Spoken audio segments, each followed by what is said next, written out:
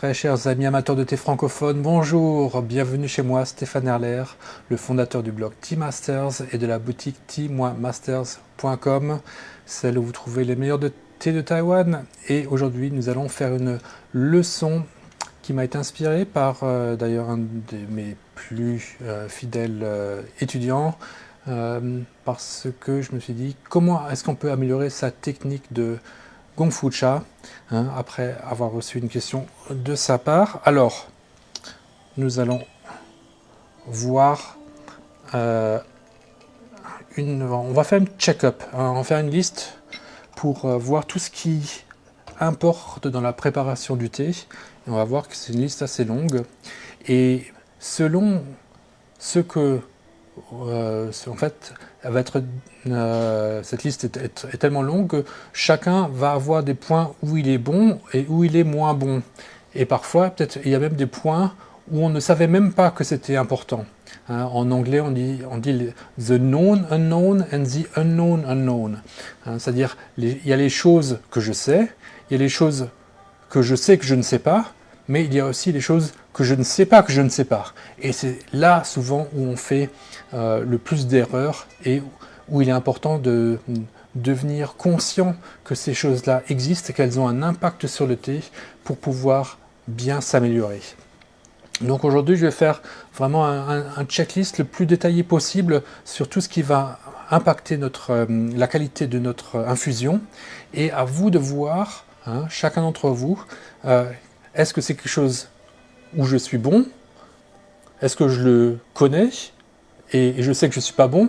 Ou bien est-ce que c'est quelque chose qui est complètement nouveau pour moi? Et peut-être que si c'est le cas, c'est peut-être là un truc où j'ai intérêt à me pencher dessus, parce que si je ne savais même pas que ça avait un impact sur le thé, à ce moment-là, il est probable que je le fais pas bien. Voilà, alors on va commencer par l'eau. Première catégorie, l'eau. Pourquoi? Parce que c'est 99% de l'infusion, l'eau. Donc l'eau, vous voyez, d'abord il y a le choix de l'eau. Est-ce que c'est une eau du robinet, une eau de source, une eau filtrée? Ça va avoir déjà des conséquences sur la qualité de l'eau. Il faut vraiment se poser la question de cette qualité, parce que, donc comme dit, c'est 99% de l'eau, notre infusion. Et une eau trop calcaire, si elle vient du robinet, va être souvent très très mauvaise pour votre thé. Si elle est trop légère, va, ça va être plutôt bon pour les thés très frais, très fins, très légers, mais pour des thés plus costauds comme des pu'er ou bien des thés torréfiés, à la rigueur ça peut être même un tout petit peu détrimental. Donc bien connaître son eau, est-ce qu'elle va bien avec son thé? L'idéal, le plus simple quand on la goûte, c'est qu'il faut qu'elle ait un petit arrière-goût sucré. Voilà, et qu'elle n'ait pas trop de goût pour ne pas qu'elle écrase les arômes de votre thé. Ensuite, concernant l'eau, comment est-ce qu'on la chauffe? Est-ce que vous la chauffez avec une tetsubin qui permet de bien la garder fraîche, parce que la fonte, en fait, elle est un petit peu poreuse, et donc il y a un petit peu d'oxygénation qui arrive à continuer à se faire, et il n'y a pas une trop grande perte d'oxygène, alors qu'avec une bouilloire en acier inox, là il n'y a pas de porosité, donc là les bulles elles deviennent vite très très grosses, alors qu'avec une petite soubine, les bulles on arrive à mieux les contrôler. Est-ce que vous ou bien est-ce que vous utilisez une bouilloire en argent? Très très bien pour les thés verts, ou bien les thés de haute montagne, parce qu'elle garde encore plus de pureté. Elle ajoute moins donc de fer à l'eau. Encore plus légère. Ou bien est-ce que vous utilisez une bouilloire en plastique? Et là, c'est très souvent, ça ajoute un goût artificiel qui n'est pas bon du tout pour la qualité de votre thé. Donc posez-vous cette question: dans quel matériau chauffez-vous votre eau, et avec quelle source de chaleur? Est-ce que c'est par induction? Est-ce que c'est par infrarouge? Est-ce que c'est avec du charbon de bois? Là, le charbon de bois, il y a du pour et du contre. Le charbon de bois, quand il n'est pas assez sec, il va y avoir de la fumée qui se dégage, et cette fumée va souvent pas tellement de bonne odeur, va pas amener de bonnes odeurs pendant qu'on boit son thé, donc la fumée et le thé ne font pas bon ménage. Et aussi la température de l'eau. À quelle température infusez-vous votre thé? Est-ce que vous suivez la recommandation de certains vendeurs qui vous disent qu'il faut aller à 80 degrés et donc là souvent c'est vous sous-infusez vos feuilles de peur de faire sortir des arômes puissants, mais en fait si on fait ça c'est souvent parce que le thé n'est pas de bonne qualité. En fait la meilleure manière, en tout cas certainement pour le juger, c'est de toujours utiliser une eau bouillante. Éventuellement, si vous êtes tombé sur un mauvais thé, que vous l'avez déjà acheté, là c'est trop tard, éventuellement, là on peut passer avec la température pour réduire sa température et ne pas extraire les arômes les plus amers. Mais l'idéal, c'est de toujours infuser à la température proche du point d'ébullition, parce que c'est à ce point-là que les arômes seront les plus nombreux. C'est là qu'on arrive à sortir le plus de choses de nos feuilles. Donc c'est là qu'on en a le plus pour notre argent, surtout si on arrive à bien le préparer. Alors, la deuxième chose qui va être importante forcément dans notre thé, ce sont les feuilles. Quelles feuilles utilisons-nous, d'où elles viennent, déjà le revendeur, est-ce qu'il a une bonne réputation, est-ce que c'est quelqu'un qui connaît son métier, où est-ce qu'il va chercher ses feuilles, dans quelle région, bien connaître le caractère ensuite du thé qui est sélectionné. Est-ce que c'est un thé qui est frais, torréfié, etc. Quand il a été récolté, est-ce que c'est un thé qui est de cette année ou bien des années précédentes? Si c'est un thé plus ancien, comment a-t-il été conditionné, entreposé pendant tout ce temps-là? Tout ça, toutes ces informations sur le thé vont nous aider à bien le préparer et aussi ça va être une grande partie de la qualité du thé. Si on prend des thés bas de gamme, forcément, on ne risque pas de faire des merveilles avec dans l'infusion, mais parfois, prendre du thé très haut de gamme n'assure pas non plus qu'on arrivera à avoir une très bonne infusion. Il y a quand même la question de la technique. Dans la technique, il y a également la question des instruments. Est-ce qu'on a... Là, j'utilise un Gaiwan en porcelaine émaillé. C'est un matériau qui est complètement neutre, donc je n'ai pas de risque de retrancher des arômes au thé. Cela peut arriver avec une théière qui n'est pas bien en harmonie avec le thé. Là, une mauvaise théière, enfin une théière qui ne correspond pas au thé qu'on va préparer, va retirer des arômes, va le rendre moins bon, ou bien peut même parfois en mettre trop d'arômes. Donc le choix de l'ustensile pour préparer le thé va être important. Avec le Gaiwan, qui est l'instrument des juges dans les compétitions de thé, on est en terrain plutôt sûr, vu qu'il est neutre, donc c'est un bon moyen pour découvrir en tout cas un thé. Pour les coupes, pareil, on va plutôt prendre des coupes blanches, fines, émaillées. Ça aussi, ça va nous permettre d'avoir une bonne vue pour bien apprécier la qualité du thé et un goût plus simple, plus sympa sur la lèvre. Là, il y a aussi pas mal de choses à comprendre dans le choix des tasses. Et ça, c'est peut-être quelque chose qu'on va avoir dans les prochaines semaines. Je vais organiser un cours de plus longue durée sur les tasses. Donc, les tasses ont également leur importance dans la qualité de l'infusion à la fin, du plaisir qu'on va avoir quand on boit le thé. Bien sûr, il y a également la technique d'infusion. Je vais vous en faire une démonstration. Donc, un bon préchauffage des feuilles. bon préchauffage du gaiwan ou bien de la théière, ainsi qu'un préchauffage des coupes. Non. Bien mettre les feuilles au milieu du gaiwan. Éventuellement un petit peu avec un plus au milieu. Voilà.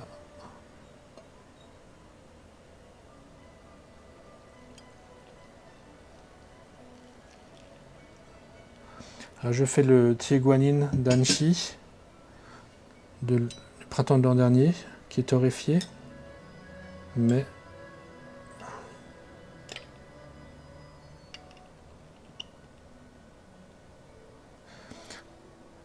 et c'est un thé qui demande à être assez puissant, donc j'ai mis pas mal de feuilles. Je l'ai infusé avec une certaine force parce que ce sont des feuilles qui sont bien compressées pour arriver à bien les ouvrir. Et donc je vais également un petit peu lui laisser le temps de s'ouvrir, surtout à la première infusion. Donc j'observe maintenant la couleur qui est en train de changer au-dessus du couvercle.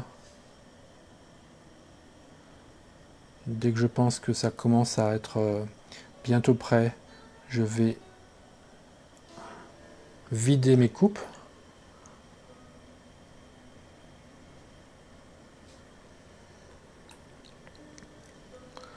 Alors dans la technique, vous avez également la question, est-ce que vous passez par une cruche ou pas? J'ai fait également un cours là-dessus. Les avantages, les inconvénients. Est-ce que vous disposez d'un chashi pour créer une harmonie des couleurs et des formes avec le caractère du thé? Ça, c'est quelque chose qui va également vous aider à apprécier le thé d'un point de vue esthétique et à entrer dans un état peut-être d'appréciation plus calme, plus posé. Et ça va vous permettre aussi de faire plus attention à votre thé.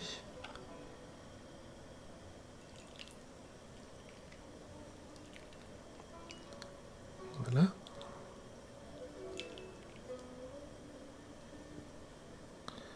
Une belle couleur orange foncé.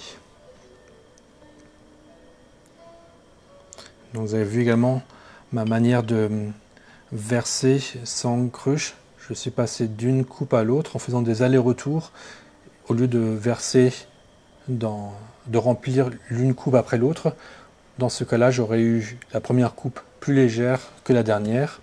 Et en faisant donc des allers-retours, j'ai évité ce problème. J'ai équilibré la puissance des arômes. Hop là. Voilà, un thé pour vous. Et pour moi. Et bien sûr, dans notre checklist, il y a également, donc on a vu pour l'instant l'eau, les feuilles, les instruments, la préparation, mais il y a encore une chose très importante, c'est vous, le dégustateur. Est-ce que vous avez envie de boire ce thé à ce moment-là? Parce que chaque thé, en fait, a un caractère différent.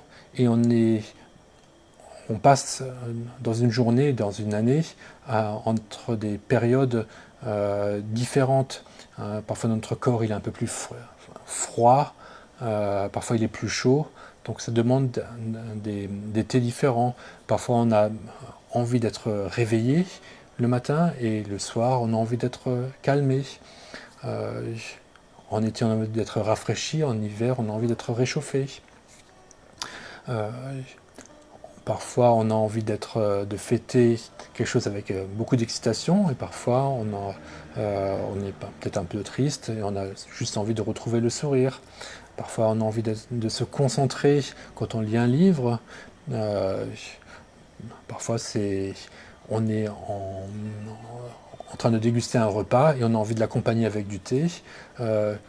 Là, on va choisir le thé également en fonction des plats qu'on est en train de déguster, de manger. hein, c'est un petit peu... et donc là, c'est pas forcément le meilleur thé qui va être le meilleur pour vous. Hein, dans ce sens, un grand Bordeaux, un mouton Rothschild à la plage, ça n'irait pas du tout. Hein, quand il fait extrêmement chaud au bord de l'eau, on n'a pas du tout envie de boire un grand cru de Bordeaux qui va vous mettre en transpiration et qui est hyper concentré. On a envie d'un rosé bien frais. Donc également, pensez à vous.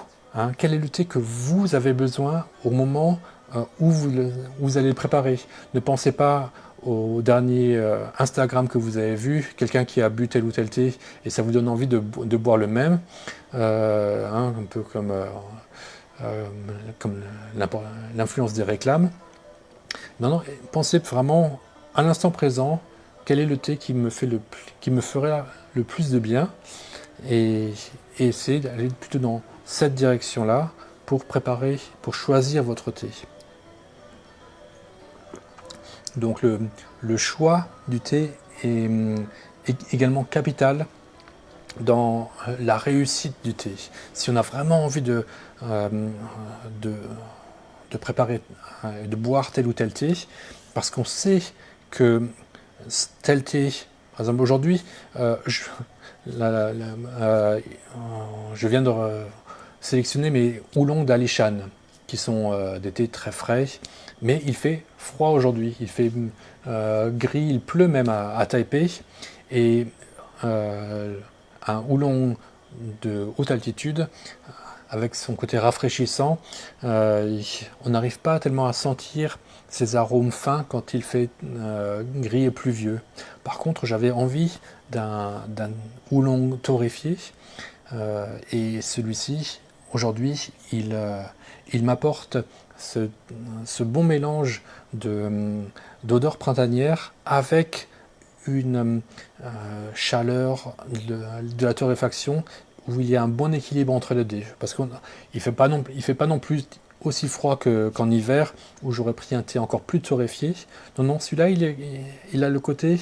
il est entre les deux, quoi. Donc il correspond bien à une journée de printemps qui fait moite et pluvieuse,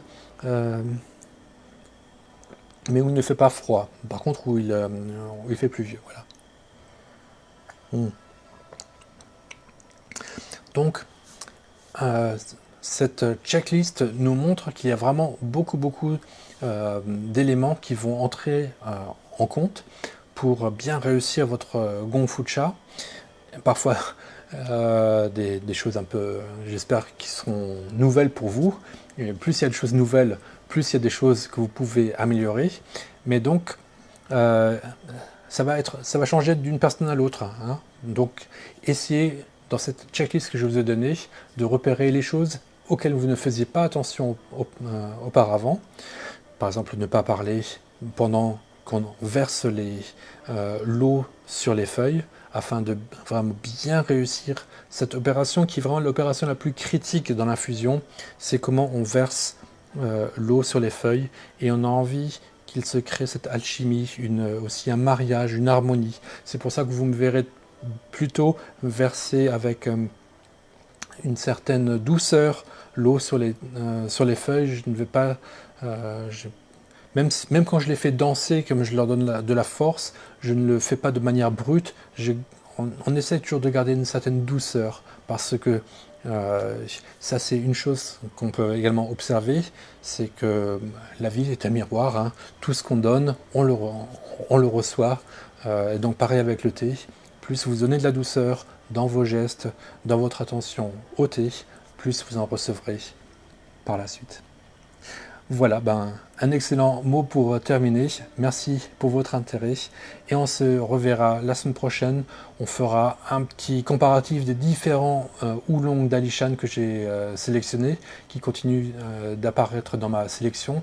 Profitez-en pour les commander dès qu'ils sont en primeur. Il y a un côté encore plus puissant quand ils sont vraiment fraîchement récoltés, et ça correspond vraiment bien à la saison maintenant de boire ces thés frais de haute montagne quand les températures commencent à augmenter. Je vous souhaite encore un bon week-end et on se voit la semaine prochaine.